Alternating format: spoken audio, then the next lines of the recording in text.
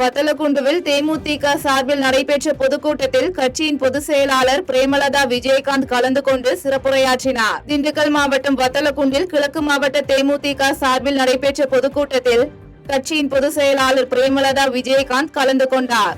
முன்னதாக பொதுக்கூட்டத்தில் கலந்து கொண்ட அவருக்கு உற்சாக வரவேற்பு அளிக்கப்பட்டது. தொடர்ந்து கூட்டத்தில் பேசிய அவர், தேமுதிக கூட்டணி ஆட்சி அமைத்தவுடன் தமிழக ஐயப்ப பக்தர்கள் வத்தலக்குண்டு வழியாக சபரிமலைக்கு செல்லும் போது விபத்துகள் ஏற்படும் பகுதியில் தரம் உயர்த்தப்பட்ட அரசு மருத்துவமனை தொடங்கப்படும் என்றும், பூ விவசாயிகளின் கோரிக்கையான நறுமண தொழிற்சாலை அமைக்கப்படும் என்றும் தெரிவித்தார். மேலும் தொகுதி சட்டமன்ற உறுப்பினர் மூலம் தரம் உயர்த்தப்பட்ட பேருந்து நிலையம் அமைக்கப்படும் என்றும் வாக்குறுதியளித்தார்.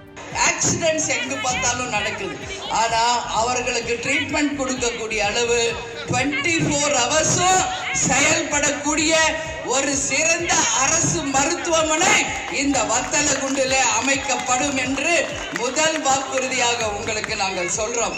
அதே மாதிரி இங்க புதிய பேருந்து நிலையம் அமைத்து அதை மக்கள் பயன்பாட்டிற்கு நிச்சயம் நம்ம வேட்பாளராக இருந்தா, நம்ம இல்ல கூட்டணி வேட்பாளராக இருந்தா கூட்டணி வேட்பாளர் மூலம் கொண்டு வருவோம்.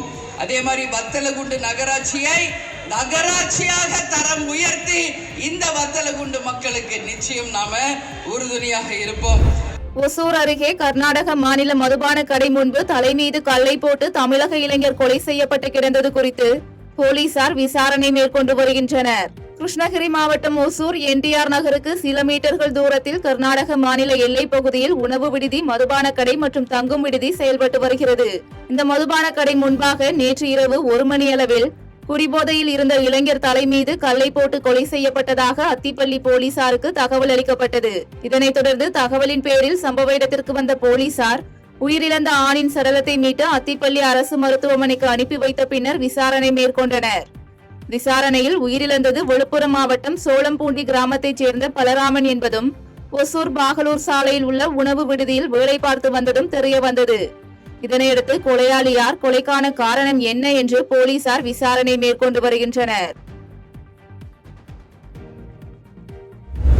ஆம்பூர் அருகே சபரிமலை சென்று வீடு திரும்பிய போது தேநீர் அருந்துவதற்காக சாலையை கடக்க முயன்ற பக்தர்கள் மீது சரக்கு வாகனம் மோதி ஏற்பட்ட விபத்தில் 2 பேர் உயிரிழந்த சம்பவம் சோகத்தை ஏற்படுத்தியுள்ளது. திருப்பத்தூர் மாவட்டம் மின்னூர் சிட்கோ பகுதியில் திருவள்ளூர் மாவட்டம் முருக்கம்பட்டு பகுதியைச் சேர்ந்த 36 பேர் கொண்ட குழுவினர் சபரிமலைக்கு சென்றுவிட்டு மீண்டும் முருக்கம்பட்டு நோக்கி வந்து கொண்டிருந்த போது சாலையோரம் பேருந்தை நிறுத்திவிட்டு தேநீர் குடிப்பதற்காக சாலையை கடக்க முயன்றனர். அப்போது அந்த வழியாக வந்த சரக்கு வாகனம் ஒன்று ஓட்டுநரின் தூக்க கலக்கம் காரணமாக எதிரில் வந்த லாரி மீது மோதி பின்னர் சாலையை கடக்க முயன்ற ஐயப்ப பக்தர்கள் மீது மோதி விபத்தை ஏற்படுத்தியது. இந்த விபத்தில் பலத்த காயமடைந்த கங்காதரன், சூர்யா ஆகியோர் மருத்துவமனை செல்லும் வழியில் உயிரிழந்த நிலையில் ஹரி, நரசிம்மன் ஆகியோர் படுகாயங்களுடன் வேலூர் அரசு மருத்துவக் கல்லூரி மருத்துவமனையில் அனுமதிக்கப்பட்டனர். மேலும் விபத்து குறித்து வழக்கு பதிவு செய்த ஆம்பூர் கிராமிய காவல் நிலைய போலீசார் தப்பி ஓடிய சரக்கு வாகன ஓட்டுநரை தேடி வருகின்றனர். பிரதமர் கலந்து கொள்வது இயற்கை விவசாயத்திற்கு மேலும் புத்துணர்ச்சியை கொடுக்கும் என பாஜக தேசிய மகளிர் அணி தலைவர் வானதி சீனிவாசன் கருத்து தெரிவித்துள்ளார். இந்திய பிரதமர் நரேந்திர மோடி கோவைக்கு வருகை தர உள்ள நிலையில் அதற்கான ஏற்பாடு பணிகளை கோவை விமான நிலையத்தில் பாஜக தேசிய மகளிர் அணி தலைவர் வானதி சீனிவாசன் பார்வையிட்டார். பின்னர் செய்தியாளர்களை சந்தித்து பேசிய அவர், இயற்கை விவசாயத்தை ஊக்குவிக்கும் விதமாக தென்னிந்திய இயற்கை விவசாயிகள் கூட்டமைப்பினுடைய நிகழ்ச்சியில் பிரதமர் கலந்து கொள்வது விவசாயிகளுக்கு புதிய மறுமலர்ச்சியை கொண்டிருக்கின்றது என கருத்து தெரிவித்தார். மேலும் பிரதமர் வரும்போது கண்டன போஸ்டர்கள் ஒட்டும் முற்போக்கு இயக்கம் பின்னணியில் தமிழக அரசு உள்ளதா என்று சந்தேகம் உள்ளதாகவும் குற்றம் சாட்டி பேசினார். மேலும் பிரதமர் வரும்போது கருப்பு பலூன், கருப்பு கொடிகளை அனுமதித்தால் முதலமைச்சர் மு.க. ஸ்டாலின் எந்த இடத்திற்கு சென்றாலும் பாஜகவும் அதையே செய்யும் என தெரிவித்தார்.